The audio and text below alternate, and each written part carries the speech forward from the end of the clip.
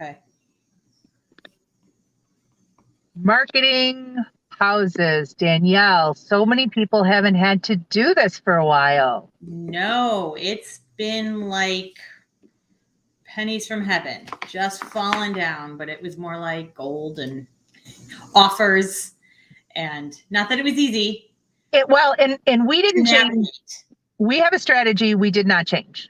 So through the entire spring here in Chicagoland, it was really this particular spring market that was as on fire as some other places have been for longer than that. But for us, it was pretty much January to June. And we still marketed our homes the same way we always do, because you never really know when it's going to change, right? So we figured it always does. We figured we were always prepared for any shift that might happen. And we would always be able, how we present to our sellers is the most important thing for us. So we always wanted to say, if that was the weekend that everything fell off the cliff, we didn't do anything different. Yeah, we have professional pictures, we have professional videos, things like that. What happens if it didn't sell that first weekend and everything stopped? And then the next weekend, now we're scrambling and going back and getting professional pictures. Now we're asking for the videographer to come in. Right. After we threw some, 3 pictures and me in the bathroom taking a picture of, with my cell phone, like that's not acceptable no matter what. Exactly. Our thought process. Right. And really, the thoughts expressed are ours and that of this station. If you don't agree with us, feel free to argue in the comments. We have no problem with that. But we believe that as a profession, there ought to be. That's the reason the name of this channel is Raise the Bar. We believe that there ought to be a bar that people hit, and that someone's here, someone's looking at us. Make a comment. I think the YouTube comments work. We've only been doing this YouTube side for a few weeks, so we're still having a lot of fun with it. But but we believe that there should be a bar, and while we're also trying to raise the bar, at least hit the bar. So professional pictures at a minimum. Bare minimum. Let's please, as a company, as just people who had to go through some training, who have to continue going to education classes, let's at least say that professional pictures. I mean, I want to puke when I could have had a list, not that I've lost out on, but when I see people, from their car and you can see the frame of the car. Or the rear view mirror. The realtors should not be reflected in a bathroom mirror or a rear view mirror or a side view mirror. No, please. Let's I have a big problem with this. If you can't afford to market your seller's listing, you cannot afford to take a listing. It's not about you, and it never should be. So if you come into this business, if you start your business without enough funds to run your business, you need to rethink what you're doing. And we don't want to get too preachy on here. Hopefully everybody who joins us here is in the same. So we mentioned this on our live, when we were newer, when we didn't know what we didn't know, we had to make a couple jumps. We had to meet the right people in this industry to understand, for them to start mentoring us, for them to explain to us what we didn't know. And we had to listen. Yes. We had to listen to them. We had to humble ourselves. We had to say, okay, I don't know everything. Correct. And I think that, if you are an individual agent, just starting, and you're like, wow, that would be great, but I really can't afford it, then maybe that's the opportunity. You should seek out a team that will cover those expenses and help you understand the right marketing. So when agents join our team, we've already got the systems in place. So all they need to do is plug into them. Agents, we want you to get through a few buyers before you list, because we think that's important. We think you have to have some skills before you jump in. Quite frankly, if you don't, I'm going to be doing it all. So So it's, um, you can learn, you can be part of it, but you don't have the skills to take the lead. And we have all of the systems for you to plug into at the minute you are ready for that. So if you're looking at a team and you're wondering what there is that a team offers or why you should give up your commission to be part of a team, understand that your commission is never yours. It goes to all of the things that we pay for to run our business. So I think my first year in real estate, I made $10,000 and I spent 20. And that was, looking back, a pretty small amount to spend to start a business that later flourished.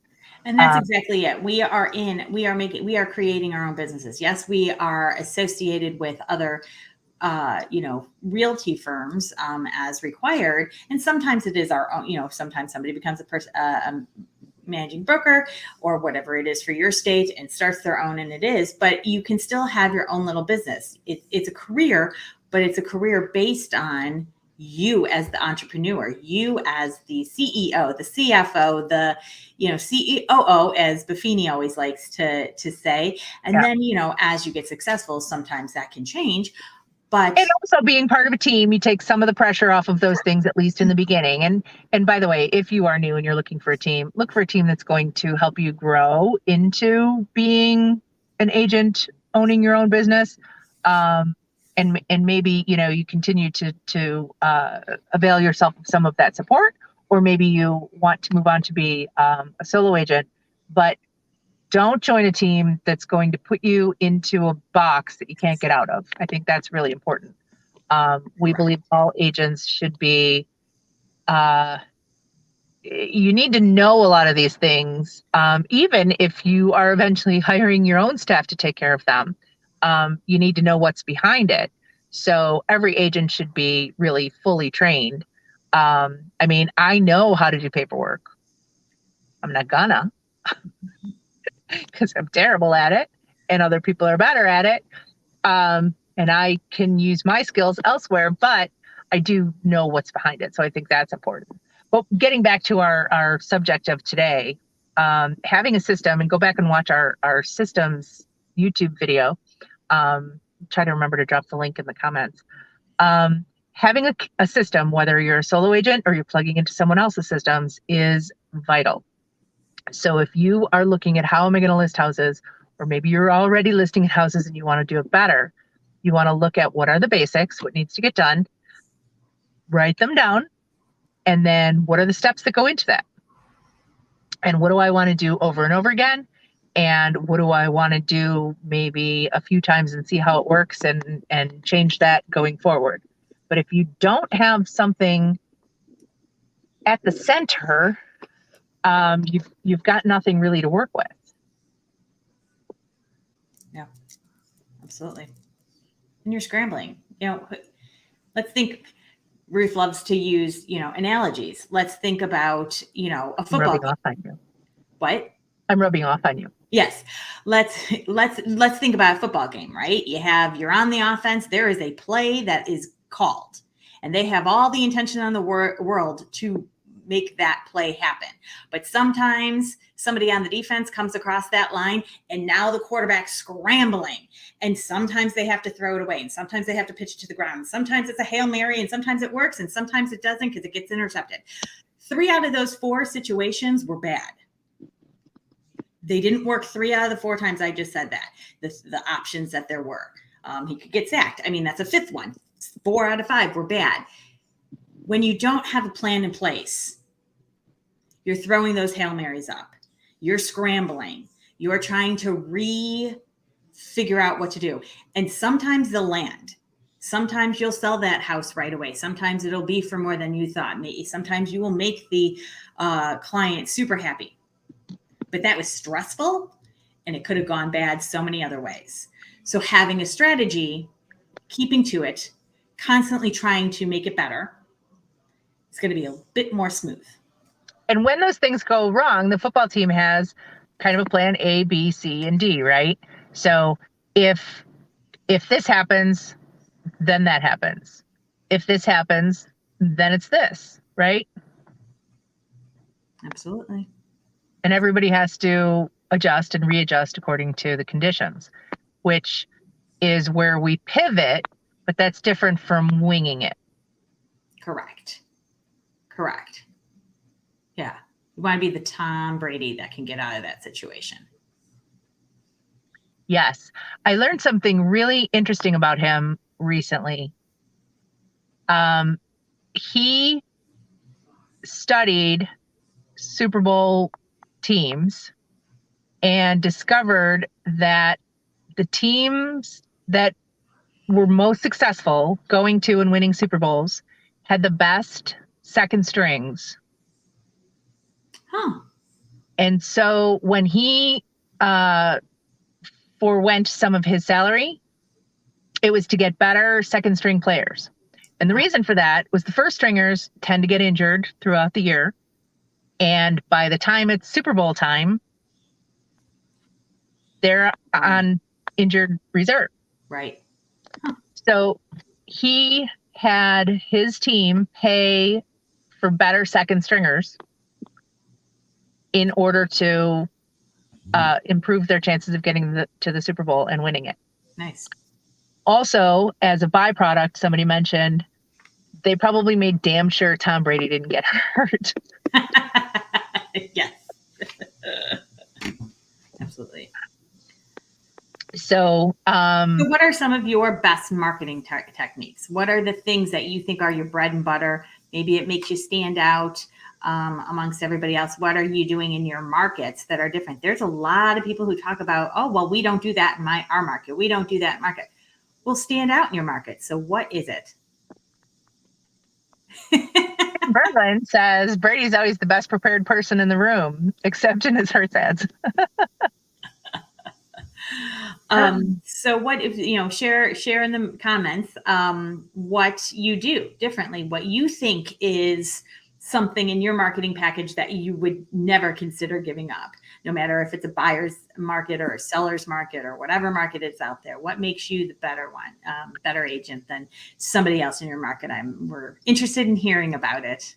And there's a few things we do, and Danielle and I have had lots of discussions about this. Sometimes we do spend a lot of money on our marketing for sellers because we think it's really important. But beyond selling the house, which obviously is our first objective, it's our portfolio. So when another seller is thinking of listing their house and they look